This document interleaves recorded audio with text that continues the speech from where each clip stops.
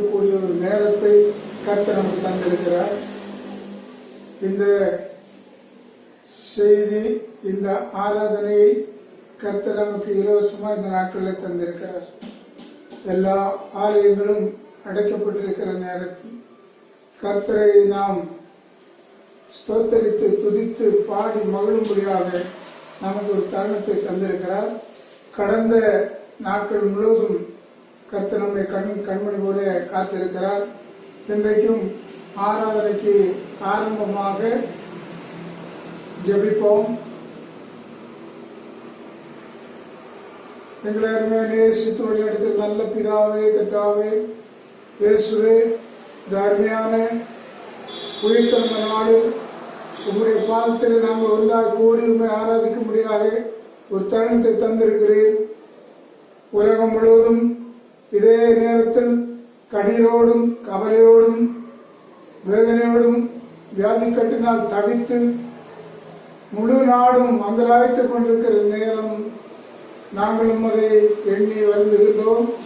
இப்பொழுதும் ஆண்டவரை நாங்கள் சற்று நேரம் உடைய பாதப்படியில் இருந்து சில வசனங்களை தியானிக்கக்கூடிய வாய்ப்பை எங்களுக்கு தந்திருக்கிறேன். கடந்த வாரம் முழுவதும் உடைய பிள்ளைகளை கண்மணி போல காத்தீர். இன்றைக்கு இந்த ஆராதனை துவக்கம் முதல் முடிவு மட்டும் நீர் தலைவராக இருக்க வேண்டும், நீரே நடத்தி தர வேண்டும். ஆண்டவரே, பாடல்கள், ஜெபம், வசனம் எல்லாவற்றையும் நீர் எங்களுக்கு ஆசீர்வித்து தாரும். தொடர்ந்துள்ள பகுதியை உம்முடைய கருத்திலே தருகிறோம். எங்களை தாழ்த்தி சமர்ப்பிக்கிறோம். இயேசுவின் நாமத்தில் ஜெபிக்கிறோம் பிதாவே. இப்பொழுது பாடலை பாடி சற்று நேரம் ஆண்டவரை ஆராதிப்போம். நாம மகிமைப்படுவதாக. இந்த நாளிலேயும் ஓய்வு நாளில் கடந்து வந்திருக்கிற உங்கள் யாவரையும் இயேசு கிறிஸ்துவின் நாமத்திலே வாழ்த்தி வரவேற்றுக் கொள்கிறேன். இந்த நாளிலேயும் கர்த்தருடைய முகத்தை நோக்கி பார்க்கும்படியாக கடந்து வந்திருக்கிறோம். முதலாவது ஒரு பாடலை நாம் சேர்ந்து பாடி கர்த்தரை நாம் ஆராதிக்க போகிறோம். நாம் தெரிந்த பாடல், மேக மீதில் இயேசுராஜன் வேகம் வாராரே, ஆயத்தம் உள்ளோரை ஆகாயம் சேர்க்க அவரே வாராரே என்ற பாடலை நாம் சேர்ந்து பாடி கர்த்தருடைய நாமத்தை மகிமைப்படுத்தலாம். ஹல்லேலூயா.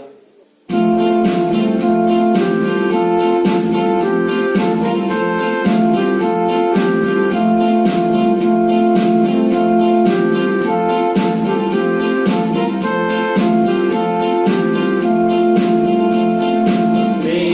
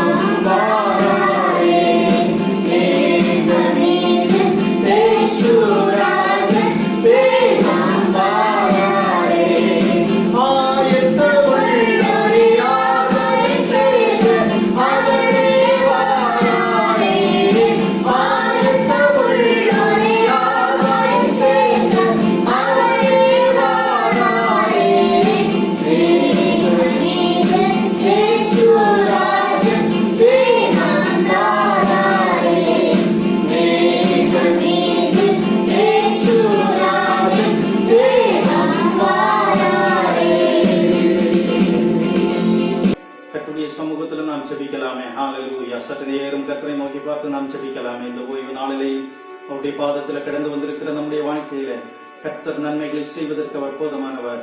கர்த்தர் விடுதலை தருவதற்கு அவர் போதுமானவர். ஹல்லேலூயா, ஹல்லேலூயா. அவர் நேற்றும் இன்றும் என்றும் மாறாத தேவன். அவர் ஜீவிக்கிற தேவனாக இந்த நாளிலேயும் நம்ம மத்தியில கடந்து வந்திருக்கிறார். ஹல்லேலூயா.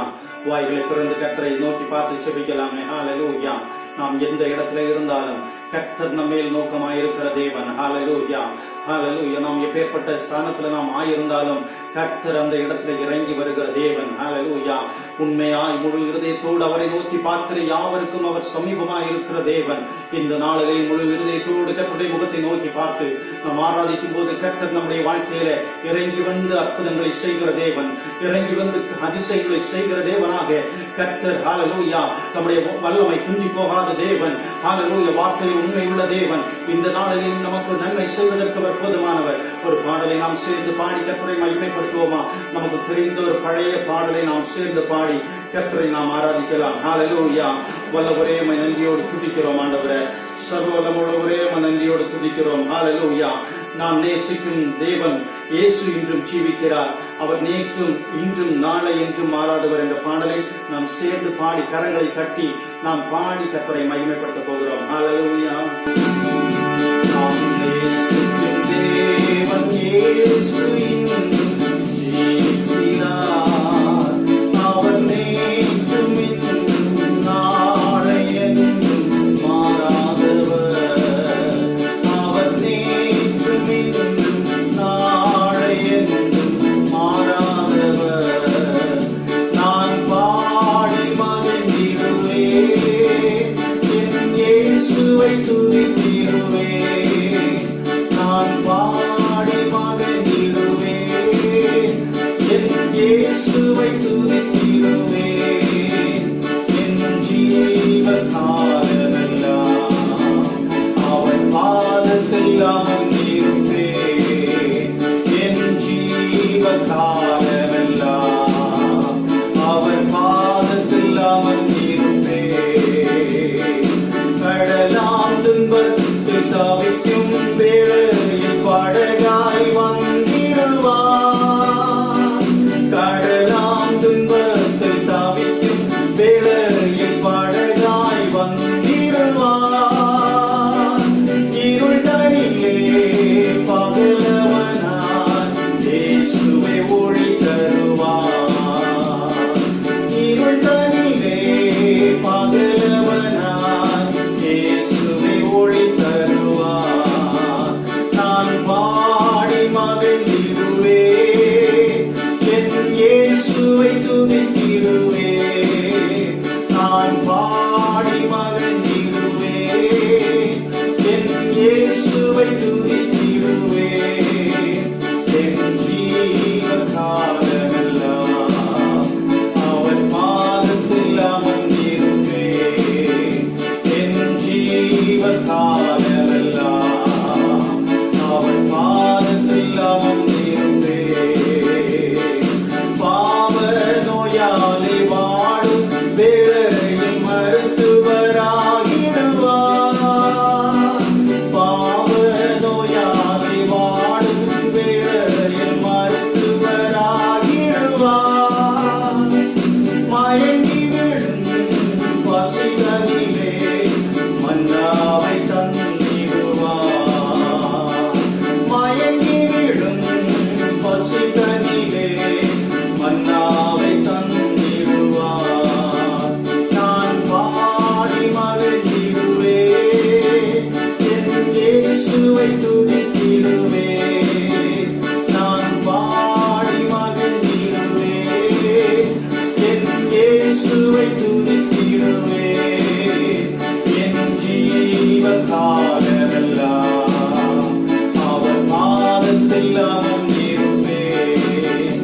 என் ஜீவ காலமெல்லாம் அவர் பாதத்தில் அமர்ந்திருப்பேன்.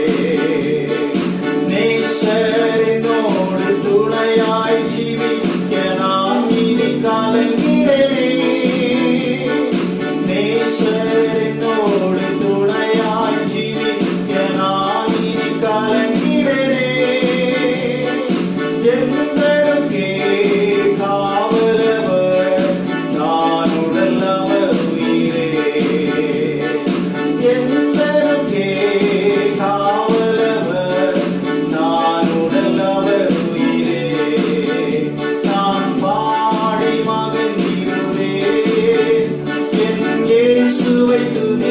மகிழ்ந்திடுவேன். நான் பாடி மகிழ்ந்திடுவேன். என் இயேசுவை துதித்திடுவேன். என் ஜீவன் காலமெல்லாம் அவன் பாதத்தில் அமர்ந்திருப்பேன். என் ஜீவன் காலமெல்லாம் அவன் பாதத்தில் அமர்ந்திருப்பேன். என் ஜீவன் காலமெல்லாம் அவன் பாதத்தில் அமர்ந்திருப்பேன். ஹல்லேலூயா, ஹல்லேலூயா. கடந்த நாட்கள் முழுவதும் கர்த்தர் நம்மோடு இருந்து நமக்கு நல்ல காரியங்களை செய்த தேவன், பலமையான காரியங்களை நமக்கு செய்து நடப்பித்த தேவன், நம்ம வாழ்க்கையில ஹல்லேலூயா கிருபை மேல் கிருபை பொழியப்படுகிற தேவன். இந்த நாளிலேயும் ஹல்லேலூயா, இந்த நாட்களிலேயும் நம்முடைய சூழ்நிலைகள் எப்படிப்பட்டதாக இருந்தாலும் கர்த்தர் நம்மேல் ஹல்லேலூயா ஹல்லேலூயா கண்ணோக்கமாக இருக்கிற தேவன். கர்த்தர் நம்மை இரக்கம் உள்ளவராய் இருக்கிற தேவன். ஹல்லேலூயா ஹல்லேலூயா ஹல்லேலூயா ஹல்லேலூயா. கடலான் துன்பத்தில தவிக்கும் வேளையில கர்த்தர் மடலாக நம்மை தேடி வருகிற தேவன். நம்மை தேடி வந்து நமக்கு ஆசீர்வாதங்களை படுகிற தேவன். அவருடைய வல்லமை குறுகி போகவில்லை, அவருடைய கரம் குறுகி போகவில்லை. நம்முடைய வாழ்க்கையில் அற்புதங்களை செய்வதற்கு, அதிசயங்களை செய்வதற்கு கர்த்தர் போதுமான தேவனாய் இருக்கிறார். ஹல்லேலூயா ஹல்லேலூயா ஹல்லேலூயா. வாழ்க்கை இருண்டு போயிருக்கிற அனுபவத்தில் இருக்கிற வாழ்க்கை ஹல்லேலூயா சோர்ந்து போயிருக்கிற அனுபவத்தில் இருக்கிற உங்களுடைய வாழ்க்கையில கர்த்தருக்கு நாளில் ஒளி விளக்காக வருவதற்கு அவர் போதுமான தேவனாய் இருக்கிறார். ஹல்லேலூயா. என்னுடைய வாழ்க்கையில ஹல்லேலூயா நாளைய தினம் எப்படி இருக்குமோ என்று ஏங்கிக் கொண்டிருக்கிற உங்களுடைய வாழ்க்கை கர்த்தர் கட்டி எழுப்புவதற்கு அவர் போதுமான தேவன். ஹல்லேலூயா. கர்த்தர் ஹல்லேலூயா விடுதலை தருவதற்கு அவர் போதுமான தேவனாய் இருக்கிறார். அவர் சர்வ வல்லமை உள்ளவர். அவர் வாக்கு மாறாத தேவன், வார்த்தை உண்மை உள்ள தேவன். ஹல்லேலூயா ஹல்லேலூயா. இந்த நாட்களிலேயும் ஹல்லேலூயா ஹல்லேலூயா புயல் போல உங்களுடைய குடும்பத்தில் அலைகள் மோதி அடித்தாலும் கர்த்தர் உங்கள் நடுவில் இருக்கிறார். கர்த்தர் உங்கள் நடுவில் இருக்கிறார். நாம் பாடுவது போல ஹல்லேலூயா, நேசர் என்னோடு இருக்கும்போது ஹல்லேலூயா, அவர் துணையாக நம்மோடு கூட இருக்கும்போது ஹல்லேலூயா, இனி நான் எதை கண்டும் கலங்க தேவையில்லை. என்னுடைய வாழ்க்கையில எது கடந்து வந்தாலும், எந்த போராட்டம் என்னுடைய வாழ்க்கையில நெருங்கி வந்தாலும், எந்த வேதனைகள் என்னுடைய வாழ்க்கையில கடந்து வந்தாலும் ஹல்லேலூயா, கர்த்தரை நோக்கி பார்த்து, அவரையே நோக்கி பார்த்து முன் செல்ல கர்த்தர் எங்களுக்கு கிருபை தருகிற தேவனாய் இருக்கிறபடி நாங்கள் எந்த வேதனைகளை கண்டோம், எந்த சோதனைகளை கண்டும் நாங்கள் அஞ்ச தேவையில்லை. கர்த்தருடைய முகத்தை நோக்கி பார்த்து முன் செல்ல ஹல்லேலூயா, இந்த நாளில் நீங்கள் உங்களை அர்ப்பணிப்பீர்களா? கர்த்தர் நிச்சயம் உங்களுடைய வாழ்க்கையில அற்புதங்களை செய்ய போதுமான தேவன். ஹல்லேலூயா ஹல்லேலூயா. தேசத்தில் நாம் பார்க்கும்போது நோயினால் வாடிக்கொண்டிருக்கிற எத்தனையோ ஜனங்களின் நேரத்தில் மிகவும் மரண அவஸ்தைப்படுகிற வேளையில் கர்த்தர் அவர்களுடைய கண்ணோக்கி பார்க்கிற தேவன். இம்மட்டும் நம்முடைய வாழ்க்கையில சுகத்தை தந்த தேவன். ஹல்லேலூயா. பலனை தந்த தேவன். ஹல்லேலூயா. எந்த நோய்க்கும் ஒப்பு கொடுக்காமல் நம்மை பாதுகாத்த தேவன். அவர் இந்த நாளில் ஹல்லேலூயா தேசத்தை கண்ணோக்கி பார்க்கிற தேவன். ஹல்லேலூயா. அப்பா, இந்த நாளில் ஹல்லேலூயா என்னுடைய தேசத்தை கண்ணோக்கி பார்ப்பீராக. என்னுடைய தேசத்தில் இருக்கிறதான ஹல்லேலூயா ஹல்லேலூயா இந்த நோயின் கொடுமை ஹல்லேலூயா நோயின் தாக்கம் முற்றிலுமாக ஒழிந்து போவதாக இயேசுவின் நாமத்தில். ஹல்லேலூயா ஹல்லேலூயா. குறிப்பாக நம்முடைய தமிழ்நாட்டில் இருக்கிறதான ஹல்லேலூயா இந்த நோயின் தாக்கம் முற்றிலுமாக அழிந்து போவதற்கு வாய்களை திறந்து கர்த்தரை நோக்கி பார்த்து நாம் செபிக்கலாமே. ஹல்லேலூயா. அப்பா, எங்களுடைய தமிழ்நாடு எங்களுடைய கர்த்தர் தருகிறோம் ஆண்டவரே. ஹல்லேலூயா. எங்களுடைய தமிழ்நாட்டில் இருக்கிறதான நோயின் தாக்கம் முற்றிலுமாக மாற கர்த்தர் கிருபை தரும் ஆண்டவரே. இந்த வைரஸ் முற்றிலுமாக ஒழிந்து போக கர்த்தர் கிருபை செய்வீராக. ஹல்லேலூயா. கர்த்தருடைய கரங்களில் ஒப்படைக்கிறோம் ஆண்டவரே. நீர் பொறுப்படுத்து. ஹல்லேலூயா. கர்த்தர் நினைத்தால் இந்த நாளிலே ஹல்லேலூயா ஒரு மாற்றத்தை கட்டளையிட உம்மால் கூடும் ஆண்டவரே. ஹல்லேலூயா. தேசத்தை விட்டு அது ஒழிந்து போக கர்த்தர் கிருபை தருவீராக. உம்முடைய கரம் நீட்டப்படுவதாக. உம்முடைய கரம் நீட்டப்படுவதாக. இயேசுவின் நாமத்தில் நாங்கள் ஒன்றாக சேர்ந்து ஜெபிக்கிறோம் ஆண்டவரே. ஒன்றாக சேர்ந்து உம்முடைய முகத்தை நோக்கி பார்த்து ஜெபிக்கிறோம் ஆண்டவரே. கர்த்தருடைய முகம் நீட்டு ஹல்லேலூயா எங்கள் தேசத்தின் மீது ஹல்லேலூயா கண் பதிக்கப்படுவதாக ஆண்டவரே. ஹல்லேலூயா. வல்லவரே, உமக்கு நன்றி செலுத்துகிறோம் ஆண்டவரே. ஹல்லேலூயா. இந்த தேசத்தின் மீது இருக்கிறதான குடிவரையின் ஆவி முற்றிலுமாக அழிந்து போவதாக. குடிவரையின் ஆவியை கர்த்தர் முற்றிலுமாக எடுத்துக் கொடுவீராக. ஹல்லேலூயா. குடிக்க தூண்டுகிறதான அந்த ஆவி ஹல்லேலூயா ஒவ்வொரு மனிதனுடைய வாழ்க்கையிலிருந்தும் அது மாறி போகும்படியாக நாங்கள் ஜெபிக்கிறோம் ஆண்டவரே. ஹல்லேலூயா. கர்த்தர் அப்படி செய்கிற கிருபைகளுக்காக உமக்கு நன்றி ஆண்டவரே. ஹல்லேலூயா ஹல்லேலூயா. ஆளுகிற தேசத்தின் தலைவர்களுக்கு நல்ல ஞானத்தை கர்த்தர் கட்டளையிடும்படியாக ஜெபிக்கிறோம் ஆண்டவரே. நல்ல ஞானத்தை ஹல்லேலூயா கர்த்தர் கட்டளையிடுவீராக. கர்த்தருடைய ஹல்லேலூயா சித்தத்தின் பிரகாரம் தேசத்தை வாழ கர்த்தர் கிருபை தரும்படியாய் ஜெபிக்கிறோம் ஆண்டவரே. ஹalleluya. தேசத்துல ஹalleluya இதன் மூலம் ஹalleluya ஒரு எழுப்புதலை கர்த்தர் கட்டளையிடும்படியாய் ஜெபிக்கிறோம் ஆண்டவரே. ஹalleluya. எத்தனையோ ஜனங்கள் குடியின் நிமித்தமாக அழித்துக் கொண்டிருக்கிற இந்த வேளையில ஹalleluya கர்த்தர் கண்ணோக்கி பார்த்து மனம் இறங்கி ஹalleluya தேசத்தின் மேல் ஹalleluya உம்முடைய ஹalleluya கரத்தின் வல்லமையை வெளிப்படுத்துவீராக. ஹalleluya. வல்லவரே உமக்கு நன்றி செலுத்துகிறோம் ஆண்டவரே. நன்றியோடு துதிக்கிறோம் ஆண்டவரே. ஹalleluya ஹalleluya ஹalleluya ஹalleluya. உம்முடைய வார்த்தையை நம்பி நாங்கள் வந்து நிற்கிறோம் ஆண்டவரே. ஹalleluya.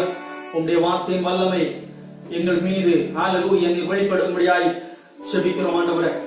உம்முடைய வார்த்தையின் வல்லமை எங்கள் மீது வெளிப்படுத்தும்படியாய் ஜெபிக்கிறோம் ஆண்டவரே. ஹalleluya ஹalleluya ஹalleluya. வாக்கை நம்பி வந்து நிற்கிறோம். வல்ல ஆவி மாறி ஊற்றுமே. உம்மாக்கை நம்பி வந்து நிற்கிறோம். வல்ல ஆவி மாறி ஊற்றுமே. தேவனே நீர் பெரியவர். தேவனே நீர் பரிசுத்தர். தேவனே நீர் வல்லவர். தேவனே நீர் நல்லவர். வாக்கை நம்பி வந்து நிற்கிறோம். வல்ல ஆவி மாறி ஊற்றுவே. உந்தன் வாக்கை நம்பி வந்து நிற்கிறோம். வல்ல ஆவி மாறி ஊற்றுவே. தேவனே நீர் பெரியவர். தேவனே நீர் பரிசுத்தர். தேவனே நீர் வல்லவர். தேவனே நீர் நல்லவர். வாக்கை நம்பி வந்து நிற்கிறோம். வல்ல ஆவி மாறி ஊற்றுவே. உந்தன் வாக்கை நம்பி வந்து நிற்கிறோம். வல்ல ஆவி மாறி ஊற்றுவே. இந்த நாளிலே அவர் அதே வல்லமையோடு கூட ஹalleluya அன்று கர்த்தர் செய்த அற்புதங்களை நாம் வேதத்தில் வாசித்திருக்கிறோம். இந்த நாளிலே அதே வல்லமையோடு கூட கர்த்தர் நம்முடைய மத்தியில் கடந்து வந்திருக்கிறார். ஹalleluya. ஷாத்ராக் மேஷாக் ஆபேத்நேகோ ஹalleluya எரிகிற தீச்சூளைக்கு விடுவித்த தேவன். ஹalleluya. தானியேலை சிங்கக்கவிக்கு விடுவித்த தேவன். அதே வல்லமையுள்ள தேவனாக நம் மத்தியில் கடந்து வந்திருக்கிறார். ஹalleluya. நம்முடைய சூழ்நிலைகள் எப்பேற்பட்டதாக இருந்தாலும் கர்த்தர் நம்மை எல்லாவற்றையும் மாற்றி அமைப்பதற்கு அவர் போதுமான தேவன். கர்த்தருடைய சமூகத்தில் நம்மை தாழ்த்தி அர்ப்பணித்து ஜெபிப்போமா? கர்த்தர் நிச்சயம் நம்முடைய வாழ்க்கையில அற்புதங்களை செய்வார். ஹalleluya. எங்களை நேசிக்கிற நல்ல பிதாவே, இந்த ஓய்வு நாளுக்காக உம்மை நன்றியோடு துதிக்கிறோம் ஆண்டவரே. இந்த ஓய்வு நாளிலே உம்முடைய பாதத்தில் நாங்கள் ஒருமித்து கடந்து வரும்படியாக, உம்முடைய முகத்தை நோக்கி பார்க்கும்படியாக, உம்மை ஆராதிக்கும்படியாக சற்று நேரம் கர்த்தர் எங்களுக்கு கிருபை தந்தீர். உமக்கு நன்றி செலுத்துகிறோம் ஆண்டவரே. கடந்த நாட்கள் முழுவதும் கர்த்தர் எங்களை கைவிடாமல் கண்ணின் மணி போல ஹalleluya நீர் காத்து பரிபாலித்து வந்தபடினாலும் உம்மை நன்றியோடு துதிக்கிறோம் ஆண்டவரே. உம்முடைய கரத்துல எங்களை சமர்ப்பிக்கிறோம் அப்பா. உம்முடைய சித்தத்தின் பிரகாரம் எங்களுடைய வாழ்க்கையிலே கட்டி எழுப்பி ஹalleluya வருகிற நாட்களிலே ஹalleluya ஹalleluya எங்களுடைய சபையில் உள்ள ஒவ்வொரு குடும்பங்களிலேயும் கர்த்தர் ஹalleluya நன்மை செய்திருக்கிறீர் என்ற சாட்சிகளை நாங்கள் கேட்டு உம்முடைய நாமத்தை நாங்கள் உயர்த்த கர்த்தர் கிருபை தரும்படியாய் ஜெபிக்கிறோம் ஆண்டவரே. பொருளாதார தேவைகளோடு இருக்கிற ஒவ்வொருவருக்காக நாங்கள் ஜெபிக்கிறோம் ஆண்டவரே. அந்த தேவைகளை கர்த்தர் சந்திக்கும்படியாய் ஜெபிக்கிறோம் ஆண்டவரே. உம்மால் கூடாத காரியம் ஒன்றும் இல்லை ஆண்டவரே. நீர் அப்படி செய்கிற கிருபைகளுக்காக உமக்கு நன்றி செலுத்துகிறோம். ஹalleluya ஹalleluya. இந்த நேரத்தில் நாங்கள் எங்களுடைய தமிழ்நாடுக்காக நாங்கள் ஜெபித்திருக்கிறோம் ஆண்டவரே. இந்த குடிவரியின் ஆவி இந்த தேசத்தை விட்டு கர்த்தர் எடுத்துக் கொடுக்கிற கிருபைகளுக்காக உமக்கு நன்றி செலுத்துகிறோம். இந்த நேரத்தில் மட்டும் ஆராதிக்க கர்த்தர் கிருபை தந்தீர். உமக்கு நன்றி அப்பா. இந்த நாளிலையும் நாங்கள் கேட்க போகிற இந்த செய்திக்காக உங்களுடைய சமூகத்தில் வருகிறோம். செய்தி கர்த்தர் எங்களுக்கு ஆசீர்வாதமாக மாற்றித்தாரும். கர்த்தர் எங்களோடு பேசும்படியாய் ஜெபிக்கிறோம். உடைய சத்தத்தை நாங்கள் கேட்க கர்த்தர் எங்களுக்கு கிருபை தாரும். தாழ்த்தி உடைய கருத்தில் நாங்கள் சமர்ப்பிக்கிறோம். இயேசுவின் நாமத்தில் ஜெபிக்கிறோம் ஜீவனோட நல்ல பிதாவே. ஆமென் ஆமென். தொடர்ந்து நாம் கர்த்தருடைய வார்த்தைக்கு நேராக கடந்து செல்லலாமே. கர்த்தரை ஆராதித்தோம். பாடல் மூலமாக, ஜெபத்தின் மூலமாக தொடர்ந்து சில வசனங்களை வாசித்து தியானித்து மகிழ்ச்சியோடு விடுதலையோடு கடந்து போவோம். அதற்கு ஆதாரமாக வாசிப்போம். சங்கீதம் 119 அதிகாரம் 63 வசனத்தை இப்பொழுது வாசிக்க கேட்போம். உமக்கு பயந்து உமது கட்டளைகளை கைக்கொள்ளுகிற அனைவருக்கும் நான் தோழன். 119 158 உமது வசனத்தை காத்து கொள்ளாத துரோகிகளை நான் கண்டபோது எனக்கு அருவருப்பாய் இருந்தது. இதில் ஆண்டவர் நமக்கு தோழனாக இருக்கிறார், நண்பனாக இருக்கிறார் என்று சொல்லி வாசித்து கேட்டார். இந்த உலகத்துள்ள நண்பர்களும் இந்த உலகத்துள்ள எல்லாருமா நம்மை எப்படி தாழ்த்தலாம், எப்படி அவர்களை கீழாக்கலாம் என்று சொல்லித்தான் நினைப்பார்கள். பேசுகிறது ஒன்று, செயல் ஒன்றாக இருக்கும். அதனால கர்த்தர் நமக்கு தோழனாய் இருக்கிறார். தோழனாய் இருந்து ஒவ்வொரு நாளும் நமக்கு மிகப்பெரிய உதவியாளராக இருக்கிறார் என்பதை நாம் அறிந்திருக்கிறோம். அப்படியாக சங்கீதம் 1ஆம் சங்கீதத்தில் 1, 2 படிக்கும்போது என்ன படிக்கிறோம் என்றால், துன்மார்க்கருடைய ஆலோசனையில் நடவாமலும் பாவியுடைய வழியில் நின்றாமலும் பரியாசக்கார உட்காரத்தில் உட்காராமலும் இருங்கள் என்று சொல்லி. ஆக நம்முடைய தோழன் யார் என்பதை அறிந்து கொள்ள வேண்டும். குறிப்பாக நாம் இப்பொழுது யாரோடு ஒத்து போகிறோம். அதாவது இந்த உலகத்தில் நண்பர்கள் பல விதத்தில் மனிதர்களோடு பழகுவதுண்டு. சிலருடைய ஆலோசனை, அந்த ஆலோசனையின்படி நடக்கும்போது பாவத்திற்குள்ளாக மாற்றப்படுகிறோம். சில நண்பர்கள் நல்ல புத்தி சொல்லக்கூடியவர்களும் இருக்கிறார்கள். ஆனால் பொதுவாக பலரும் நண்பர்களாக இருந்து வஞ்சிக்கப்பட்டு போவதையும் நம்ம பார்க்கிறோம். ஆகவே நாம் நீ என்று சொல்லும்போது தனிநபரை குறிக்கிறது. நாம் என்று சொல்லும்போது எல்லோரையும் சேர்த்து சொல்லப்படுகிற வார்த்தை. நாம் யாரோடு ஒத்து போகிறோம்? 3 பகுதிகளை சீக்கிரமாக சிந்தித்து கடந்து போக இருக்கிறோம். முதலாவது வாசிப்போம். ஆதியாகம புஸ்தகம் 3ஆம் அதிகாரம் 4, 5, 6 வசனத்தை வாசிக்கும் போது, அப்பொழுது சர்ப்பம் ஸ்திரீயை நோக்கி, நீங்கள் சாகவே சாவதில்லை, நீங்கள் இதை புசிக்கும் நாளிலே உங்கள் கண்கள் திறக்கப்படும் என்றும் நீங்கள் நன்மை தீமை அறிந்து தேவர்களைப் போல் இருப்பீர்கள் என்றும் தேவன் அறிவார் என்றது. அப்பொழுது ஸ்திரீயானவள், அந்த விருட்சம் புசிப்புக்கு நல்லதும், அந்த விருட்சம் புசிப்புக்கு நல்லதும், பார்வைக்கு இன்பமும், புத்தியை தெளிவிக்கிறதற்கு இச்சிக்கப்படத்தக்க விருட்சமாய் இருக்கிறது என்று கண்டு அதன் கனியை பறித்து புசித்து தன் புருஷனுக்கு கொடுத்தாள். அவனும் புசித்தான். இருவரும் சேர்ந்து செய்கிற ஆலோசனை.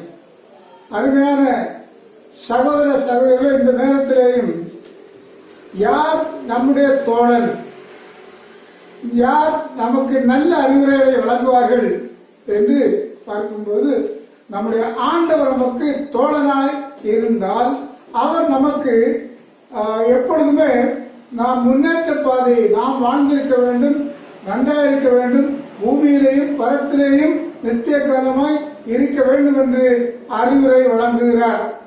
ஆனால் இப்பொழுது இந்த ஏவாள், ஆதி தாயாகிய இந்த ஏவாளுடைய அந்த நிலையை பார்க்கும்போது, அவள் ஆண்டவருடைய சத்தத்துக்கு செவி கொடுப்பதை விட பிசாசுடைய சத்தத்துக்கு செவி கொடுத்தாள் என்று சொல்லி பார்க்கிறோம்.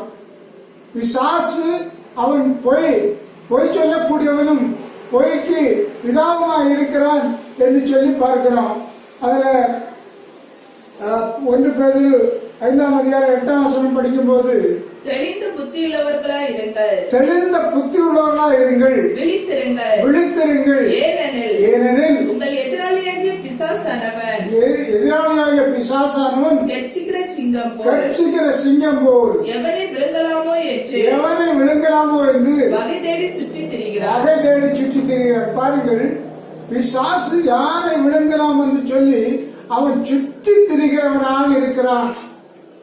எந்த குடும்பம் நன்றாக இருக்கிறது, எந்த வீடு நன்றாக இருக்கிறது, எந்த நபர் நன்றாக இருக்கிறார்கள், எந்த நபர் கர்த்தருக்கு பயந்து வாழ்கிறார்கள், அவனை சுற்றி சுற்றி வருகிறான் என்பதை யோபு புத்தகத்தில் நம்ம படிக்கிறோம்.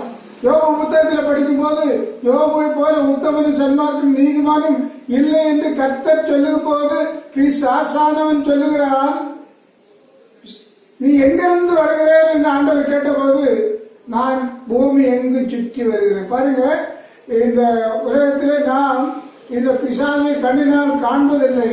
ஆனால் அவன் ஒவ்வொரு நபரையும் எப்படி விழுங்கலாம் என்று சுற்றி தெரிகிறவனாக இருக்கிறான். அதை உணராத ஏவாள் கர்த்தர் சொன்ன வார்த்தையை கேட்காதபடி இந்த பிசாசானுடைய அந்த வார்த்தைக்கு ஒத்து போகிறாள். ஒத்து போற அவனும் ஏவாளும் பிசாசும் ஒத்து போறது பேச்சில. அதுக்கு பின்பு ஆதாமும் ஒத்து போகிறான். இதுதான் பிரச்சனை. யாரோடு நாம் ஒத்து போகிறோம்? ஆண்டவரோடுள்ள அந்த சிந்தனையிலே, ஆண்டவரோடுள்ள ஐக்கியத்திலே ஒத்து போகிறோமா, பிசாசுடைய ஆலோசனைக்கு ஒத்து போகிறோமா? அதான் இன்றைய தியானம். ஆண்டவருடைய வார்த்தைக்கு செவி கொடுத்தால் அவருடைய வாழ்க்கை ஆசீர்வாதமாக இருக்கிறது. இப்ப பாருங்க, இவள் அந்த பழம் புசுப்புக்கு நல்லதா இருந்ததாம், பார்வைக்கு அருமையா இருந்ததாம். இதெல்லாம் பார்த்த உடனே ஆண்டவருடைய வார்த்தைக்கு அவள் செவி கொடுக்காதபடி சாத்தானுடைய வாக்குக்கு அவள் ஒத்துக்கொண்டாள். சாத்தானோடு ஒத்து போகிற ஒரு நிலைமை ஏவாளத்திலே பார்க்கிறோம். அப்படி ஒத்து போனதுனால என்ன நடந்தது? எல்லோருக்கும் அந்த சரித்திரம் தெரியுமே நினைக்கிறேன். ஏவாள் அவள் பிள்ளை பெறும்போது மிகவும் வேதனையோடு பெறுவாள். இப்படி பல சாபமான, அதாவது பொருத்தமில்லாத ஆசீர்வாதத்திற்கு மாறான ஆசீர்வாதத்தை பெற்றுக்கொண்டாள் சொல்லி பார்க்கிறோம். ஆதாமோடு கர்த்தர் சொன்ன போதும் ஆதாமும் அதை கேட்டிருந்தான். ஆனால் மனைவியோடு ஒத்து போகிறான். ஏவாள் சாத்தானோடு ஒத்து போனா, ஆதாம் ஏவாளோடு ஒத்து போகிறார். ரெண்டு பேரும் கூட்டு சேர்ந்து செய்த பாவம். அது நிமித்தமாக பூமி அன்று முதல் இன்று வரையிலும் சபிக்கப்பட்டிருக்கிறதை பார்க்கிறோம். பாருங்க, சாசானவன் யாரை விழுங்கலாமோ என்று சொல்லி சுற்றி திரிகிறவன். அதை நாம் புரிந்து கொள்ள வேண்டும். ஏனென்றால் இன்றைக்கு சைத்தான் கொடுக்கிற ஆசீர்வாதம். இவன் என்ன சொல்லுகிறான்? ஆண்டவர் சொல்லுகிறார், இதை படித்து புசிக்கிற நாளில் நீங்கள் சாவீர்கள். அது ஆண்டவருடைய வாக்கு. ஆனா பிசாசு சொல்லுகிறான், அவன் நீங்கள் சாவதில்லை, கடவுளை போல இருப்பீர்கள், ஆசை காட்டுகிறார். கடவுளை போல இருப்பீர்கள் என்று ஆசை காட்டினார். இந்த நாட்களில் கூட ஆண்டவருடைய வசனங்களுக்கு மாறாக உலகத்துள்ள சில காரியங்கள் வந்து தங்களை சுற்றி விளையும் போது ஆண்டோடைய வார்த்தையை விட பிசாசுடைய வார்த்தைக்கு செவி கொடுத்து சாபத்தை வாங்கி கட்டுகிறதை பார்க்கிறோம். ஆகவே இந்த நாட்கள்ல நம்முடைய வாழ்க்கையில கர்த்தர் நமக்கு தோழனாக இருக்கிறார், நண்பனாக இருக்கிறார் என்பதை அறிந்து கொள்ள வேண்டும். தகப்பனாக இருக்கிறார், தாயாக இருக்கிறார். ஆபிரகாம் ஆண்டவருக்கு நண்பன் என்று சொல்லி பார்க்கிறோம். நோவா தேவனுக்கு நண்பன், அவரோடு கூட நடந்தார் என்று சொல்லி பார்க்கிறோம். இப்படிப்பட்ட நேரத்தில் சிந்திக்க வேண்டிய நிலை என்னவென்றால், ரெண்டு சக்திகள் இந்த உலகத்தில் மனிதனை வாட்டுகிறது. ஒன்று, ஒரு ஆசீர்வாதமான வார்த்தைகள் ஆண்டவரிடத்திலிருந்து வருகிறது. அது நித்திய காலம் வாழ்வதற்குள்ள வார்த்தையை கர்த்தர் சொல்லுகிறார்.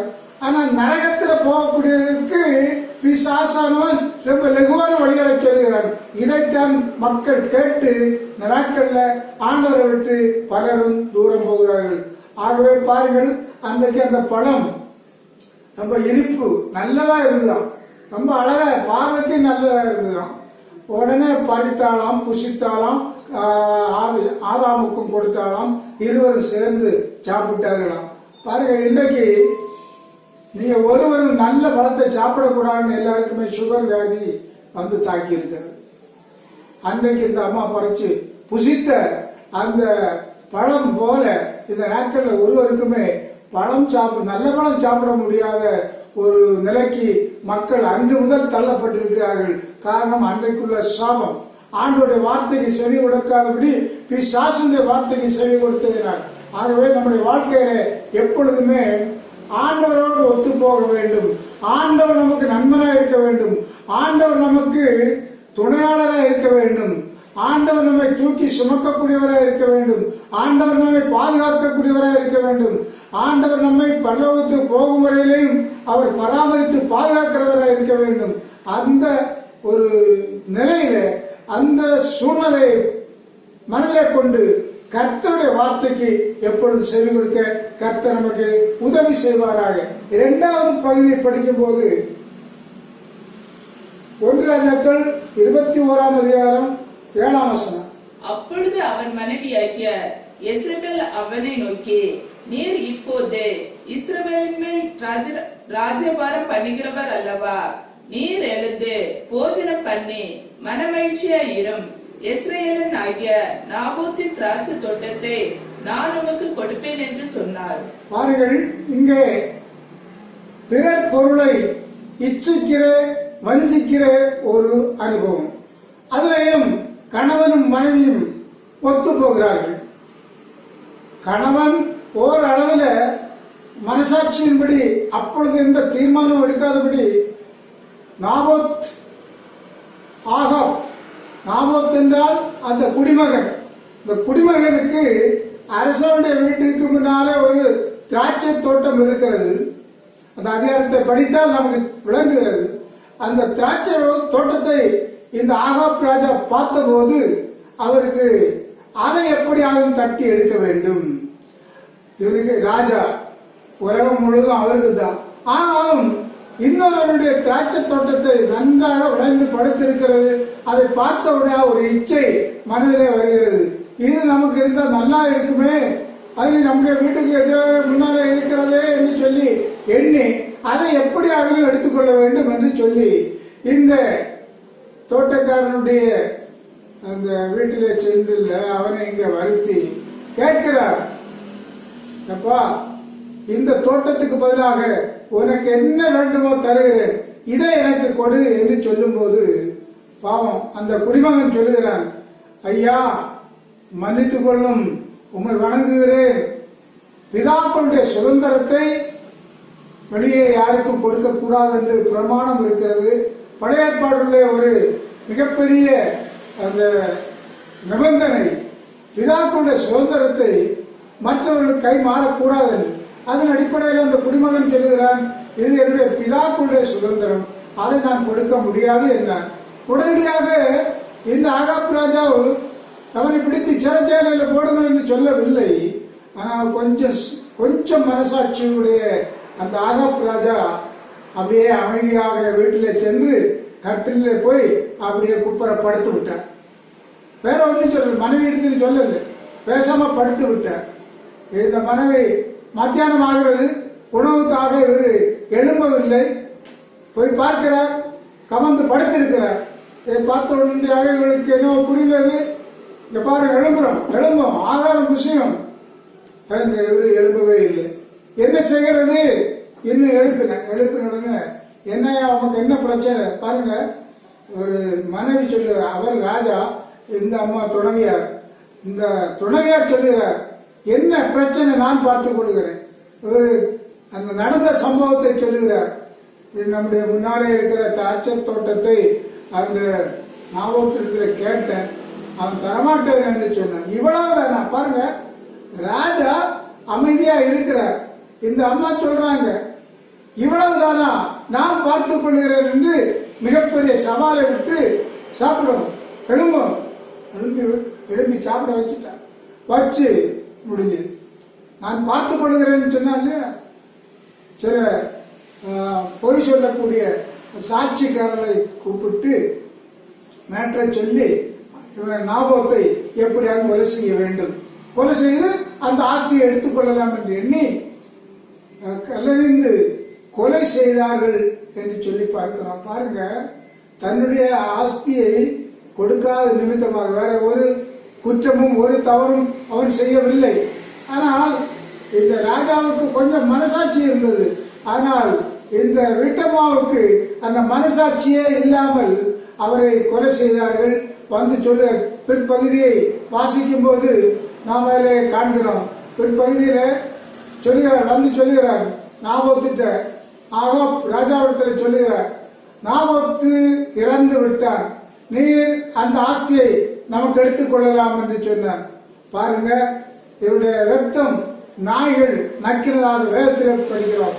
ஆனா கர்த்தருடைய வார்த்தை இவர்களுக்கு வருகிறது. நாபோத்துடைய ரத்தம் பூமியிலே சிந்தப்பட்டது போல, நாய்கள் நக்கிறது போல இந்த ஆகாப் ராஜாவுடைய ரத்தமும் ஒரு நாள் நாய்கள் நக்கும் என்று சொன்னார். அப்பொழுது அந்த நேரத்தில் அவர்கள் உணர்வு வரவில்லை. கொஞ்ச நாள் போச்சுது. அப்போது 2 ராஜாக்களும் சமாதானத்தோடு தான் இருந்தார்கள். திருப்பி கொஞ்ச காலம் போன போது அவன், ஏனென்றால் இந்த ராஜா ரெட்டில இருந்து அவன் மன்னிப்பு கேட்கிறான். ஆகாப் ராஜா செய்து இந்த அம்மா செய்தாரும் அவர் மன்னிப்பு கேட்கிறார். ரெட்டில இருந்து உபவாசம் பண்ணுகிறார். இந்த உபவாசத்தின் நிமித்தமாக கர்த்தர் அந்த நேரத்துக்கு மன்னிப்பை கொடுத்தார். ஆனால் முதலாவது சொன்ன வார்த்தையில உண்மையுள்ள ஆண்டவர். இவன் யுத்தத்துக்கு போகிறான், அங்கே மடிந்து போகிறான், இவனுடைய ரத்தத்தையும் நாய்கள் நக்கிறதாக பார்க்கிறோம். பாருங்கள், பொருளாசை வரும்போது அது அழிவை காட்டுகிறது என்பதை வேதத்தில் பலருடைய சரித்திரத்தை நம்ம காண்கிறோம். இவருடைய வாழ்க்கை, ஆகாப் ராஜாவுடைய வாழ்க்கை எதனால் இப்படி ஆனது என்று சொன்னால், வெறும் ஒரு சின்ன காரியம், அவருடைய தோட்டத்தை எப்படியாவது இவன் எடுத்துக்கொள்ள வேண்டும். முழு ராஜ்யம் முழுவதும் இவனுடைய கருத்தில் இருக்கும்போது ஒருவனுடைய அந்த ஆஸ்திக்காக இவன் இந்த சதி திட்டத்தை செய்தார்கள். ஆனால் பாருங்க, ஆண்டவருடைய காரியத்தில் யாராலும் கர்த்தரை மறைத்து இச்சித்து எடுத்தால், அதை வஞ்சித்து எடுத்தால் அவருடைய வாழ்க்கை பரிதாபம் என்பதை பல சான்றுகள் இருக்கிறது. 2 ராஜாக்கள் புத்தகத்தில் 5ஆம் அதிகாரத்தில் படிக்கும் போது 26, 25, 26 படிக்கும் போது, பின்பு அவன் உள்ளே போய் தன் எஜமானிக்கு முன்பாக நின்றான். கேயாசியே, எங்கிருந்து வந்தாய் என்று எலிசா அவனை கேட்டதற்கு அவன், உமது அடியான் எங்கும் போகவில்லை என்றான். அப்பொழுது அவன் இவனை பார்த்து, அந்த மனுஷன் உனக்கு எதிர்கொண்டு வர தன் ரதத்திலிருந்து இறங்கி திரும்புகிற போது என் மனம் உன்னுடன் கூட சொல்லவில்லையா? பணத்தை வாங்குகிறதற்கும் வஸ்திரங்களையும் ஒலிவ தோப்புகளையும் திராட்சை தோட்டங்களையும் ஆடு மாடுகளையும் வேலைக்காரரையும் வேலைக்காரிகளையும் வாங்குகிறதற்கு இது காலமா? இது காலமா? இங்கே பாருங்கள், இச்சிக்கிற நிலையில கேயாசி எலிசா தீர்க்கதரிசனுடைய மிக சிறந்த ஒரு சீஷன். இவனும் தீர்க்க தரிசனம் மீதியுள்ள எல்லா காரியத்திலையும் ஒரு நல்ல ஊழியக்காரனாக இருக்கிறான் கேயாஸ். நாகமான் என்ற அரசன், அந்த 5ஆம் அதிகாரம் முதல் வசனங்களை படிக்கும்போது தெரிகிறது. சீரிய நாட்டுடைய படை தலைவனாகிய நாகமான் என்று சொல்லக்கூடிய ஒரு மனிதன் குஷ்டரோகத்தினால, சரீரம் முழுவதும் குஷ்டத்தினால வேதனைப்படுகிறார். வேதனைப்படும் போது எல்லா ஆஸ்பத்திரியிலையும் சென்று அவன் சிகிச்சைக்காக போனான்.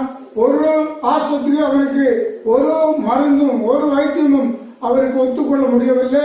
இந்த வியாதியிலிருந்து சுகம் கொடுக்க முடியாமல் இருந்தது. அப்படி இருக்கும்போது இஸ்ரவேல் ராஜா இங்க சீட்டு லெட்டர் கொடுத்து விடுகிறார். இந்த நாகமான் வருகிறார்.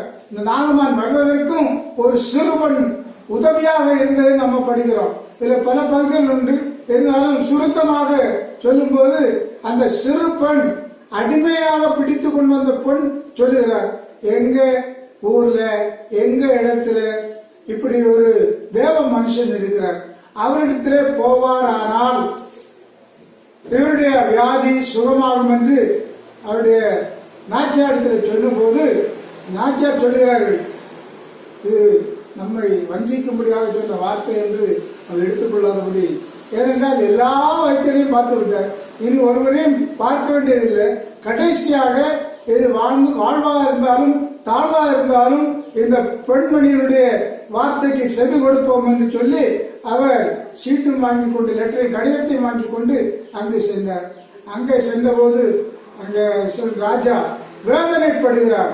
ஐயோ, இவருடைய வியாதியை மாற்றுவதற்கு நான் கடவுளா என்று கேட்டு அவன் மிகவும் வேதனைப்படும் போது அதை அறிந்தார் தீர்க்கதரிசி எலிசா.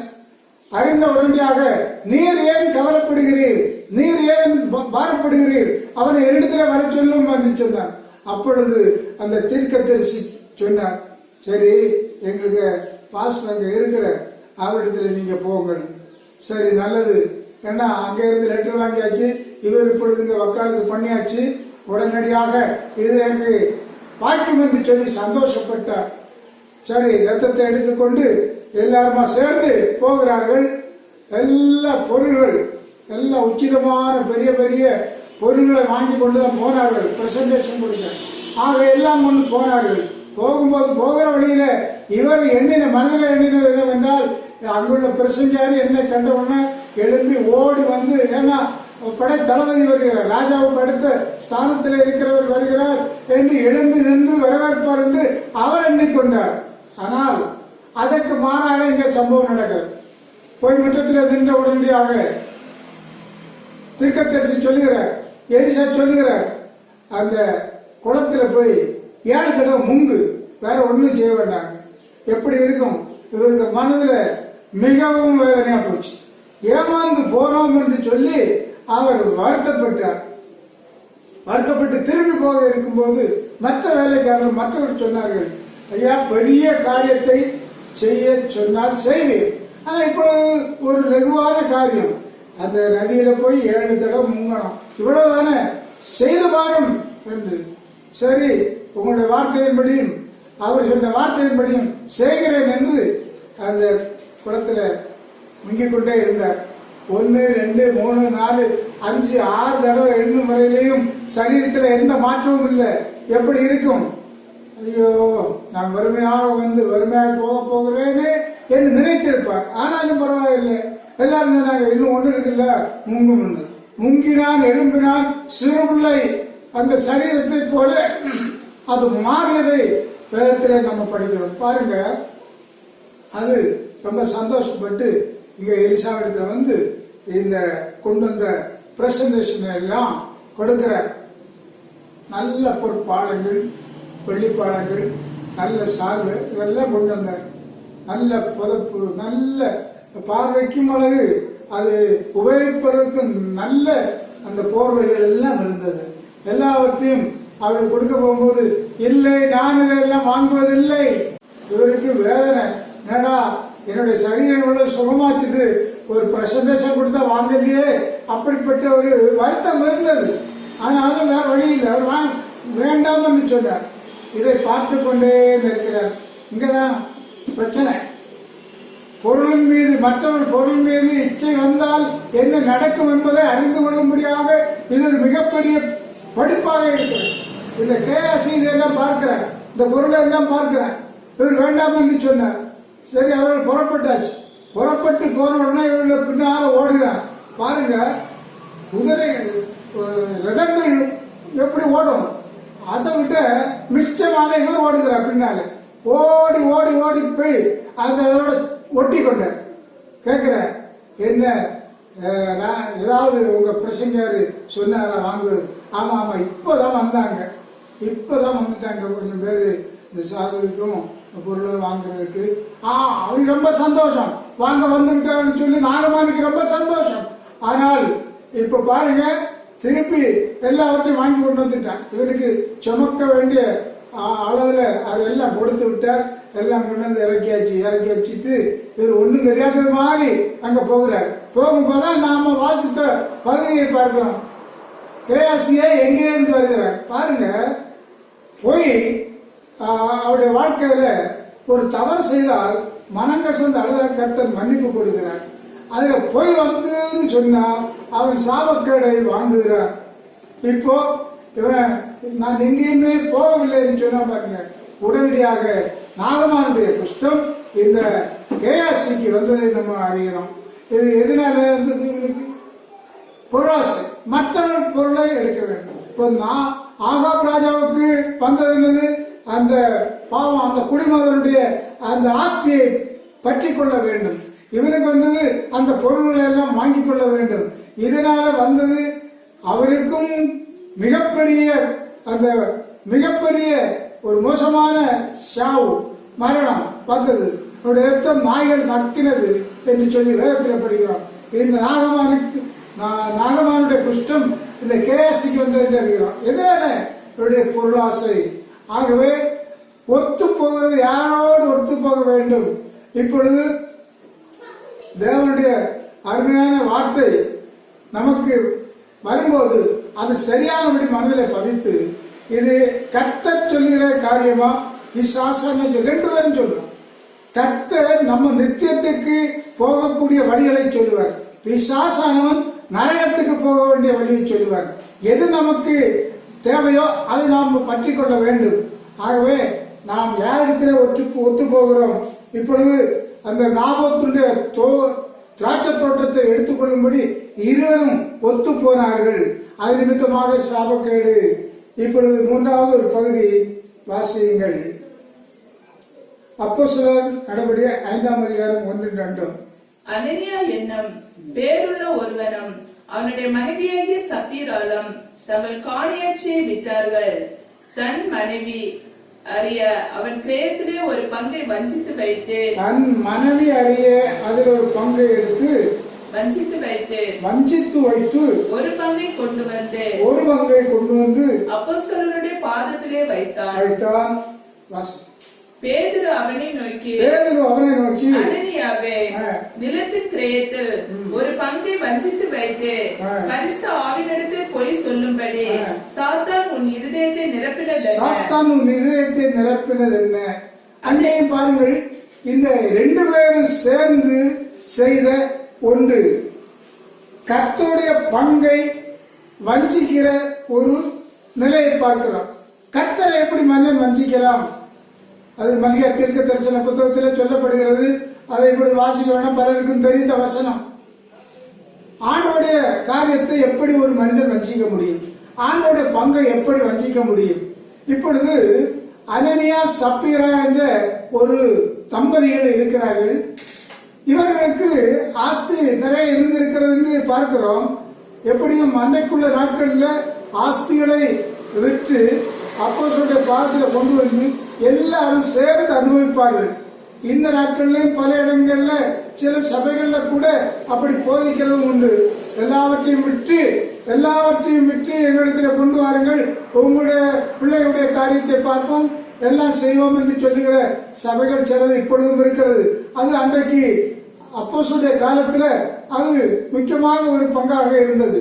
அப்படி இருக்கும்போது அவருடைய அந்த ஆஸ்திகளை எல்லாம் விற்கும் முன்னாலே சொன்னார்கள், எல்லாவற்றையும் விற்று அது அப்போஸ்தலருடைய பாதத்தில் கொண்டு வைப்போம். அதுதான் தீர்மானம்.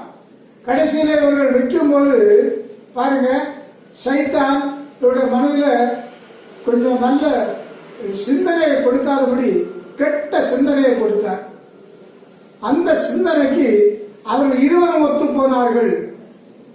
எப்படி? அந்த ஆஸ்தியில கொஞ்சத்தை எடுத்து வைத்து விட்டார்கள். ராத்திரி இந்த அம்மா சொல்லியிருப்பாங்க, விட்டு கொண்டு வந்து எல்லாவற்றையும் வைத்த போது அம்மா சொல்லியிருப்பாங்க, கடைசி காலத்துல நமக்கு ஏதாவது ஒண்ணு வேண்டாமா? கடைசி யாத்திரைக்கு கொஞ்சம் பணம் நம்மிடத்துல இருக்கண்டாமா? ஆமா, உண்மைதான், அது மிகவும் தேவை. அதை அவரும் ஒத்துக்கொண்டார். அதான் முதலாவது உள்ள கேள்வி, நாம் யாரிடத்துல ஒத்து போகிறோம், நீ யாரிடத்துல ஒத்து போகிறாய் என்பதுதான் இன்னைக்குள்ள தியானத்தின் அந்த அடிப்படை. ஆகவே இப்பொழுது பாருங்க, ஒத்து போகிறான். அப்போ அவனால சொல்லணும், அனனியா சொல்லணும், ஏமா அன்றைக்கு நம்முடைய கர்த்தருக்கு முன்பதாக நாம் சரியான ஒரு பொருத்தனை பண்ணினோம், நம்முடைய ஆஸ்தியெல்லாம் விட்டு அப்போஸ்தலருடைய பாதத்தில் வைப்போம் என்று பொருத்தனை பண்ணினோம், அதை நம்ம மீறக்கூடாது என்று சொல்லியிருக்க வேண்டும். அது அவரும் சொல்லவில்லை. இந்த அம்மா சொன்ன உடனடியாக இருவரும் சேர்ந்து அதை செய்தார்கள். ஒரு பங்கை வஞ்சித்து வைத்து விட்டார்கள். இப்பொழுது இங்க வந்து ரொம்ப சந்தோஷமாக அப்போஸ்தலருடைய பாதத்திலே கொண்டு வருகிறார். அவர் கொண்டு வந்து வைக்கும்போது நினைச்சார், இப்போ எல்லாரையும் காட்டிலும் என்ன மேன்மையாக வைப்பார் என்று எண்ணித்தான் அதை கொண்டு வந்திருப்பார். அப்படி கொண்டு வந்து கொடுக்கும்போது பாருங்க, ஆவியானவர் அந்த நாட்கள்ல எப்படி கிரியை செய்கிறார் என்று நாம் அறிந்து கொள்ள வேண்டும். கர்த்தர் ஒன்று அறியவில்லையே என்று சொல்லுவார்கள், நினைப்பார்கள். ஆனால் அப்போஸ்தலன் பேதுரு கூட ஆண்டவருக்கு எப்படிப்பட்ட தரிசனங்கள் இருந்ததோ அதே போல தரிசனத்தை இவர்களுக்கும் கொடுத்து விட்டு தான் போகிறார். அந்த அடிப்படையில இவர்கள் மனதில் எண்ணிக்கொண்ட காரியத்தை ஆவியானவர் அவருக்கு தெளிவுபடுத்தி கொடுத்தார். வந்த உடனே கேட்கிறார், இவ்வளவு தானா உங்களுடைய ஆஸ்தியின் பணம்?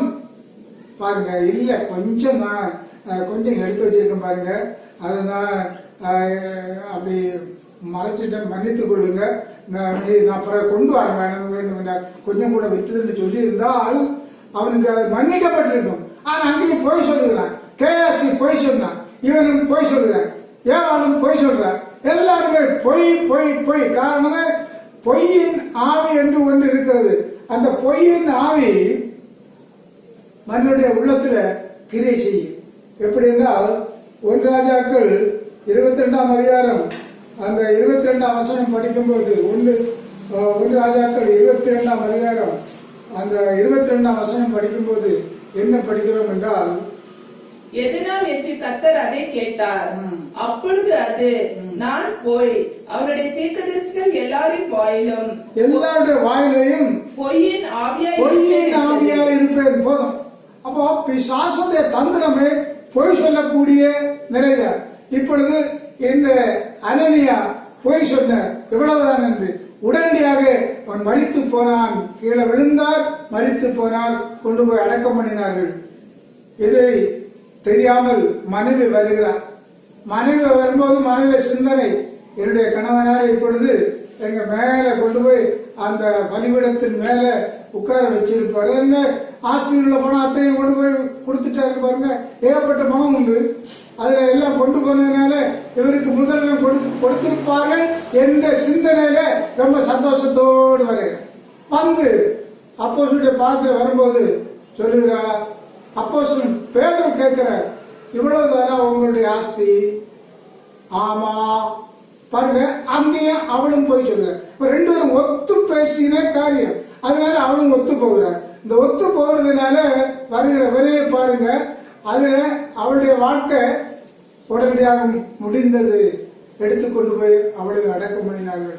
இதுல இருந்து என்ன கற்றுக்கொள்கிறோம் என்றால் பாருங்க, நாமும் கேட்போம், பலரும் கேட்பாங்க, நம்ம ஆண்டவரை எப்படி வஞ்சிக்கலாம் என்று. இந்த மரியா தீர்க்க தரிசன புத்தகத்தில் படிக்கும் போது, நீங்கள் காணிக்கையிலும் தசமபாகத்தினாலும் என்னை வஞ்சித்தீர்கள். கர்த்தருடைய பங்கை வஞ்சிப்பதற்கு எடுத்துக்கொள்வதற்கு அவர்கள் ஒத்து போனார்கள் சொல்லி பார்க்கிறோம். நம்முடைய வாழ்க்கையில எதற்குமே எந்த காரியமாக இருந்தாலும் சரிதான், அந்த ஒத்து போகாதபடி, அதாவது கணவன் மனைவி உறவு சரி, ஆனால் நல்லதுதானா கெட்டதுதானா என்று சிந்தித்து பார்த்து இருவரும் இருந்து ஆலோசித்து நலமானதை இருவரும் ஒத்துக்கொள்ள வேண்டும்.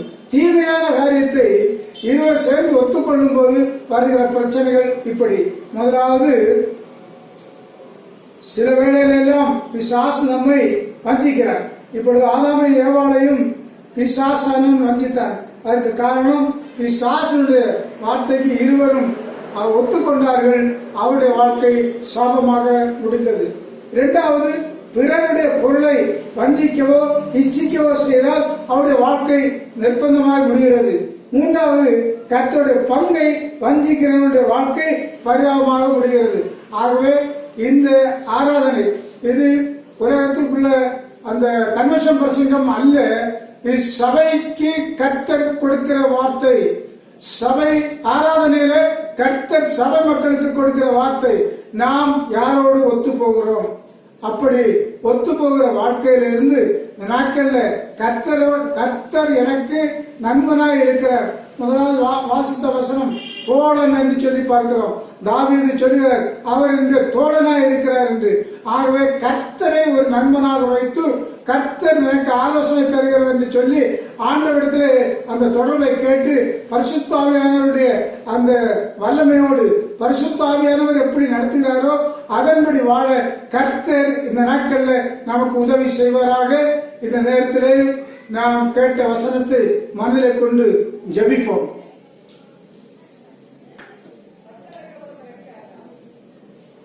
சகல ஆசீர்வாதத்திற்கும் ஊற்று உறவிடமாக இருக்கிற எங்கள் நல்ல தெய்வமே, பரிசுத்த பிதாவே, கர்த்தாவே, இந்த அருமையான உயிர்த்தெழுந்த நாளில் உம்முடைய பாதத்தில் நாங்கள் சபை மக்களாக ஒன்றாய் கூடி உம்மை ஆராதிக்கக்கூடிய நேரத்தை தந்து அதற்காக நன்றி செலுத்துகிறோம்.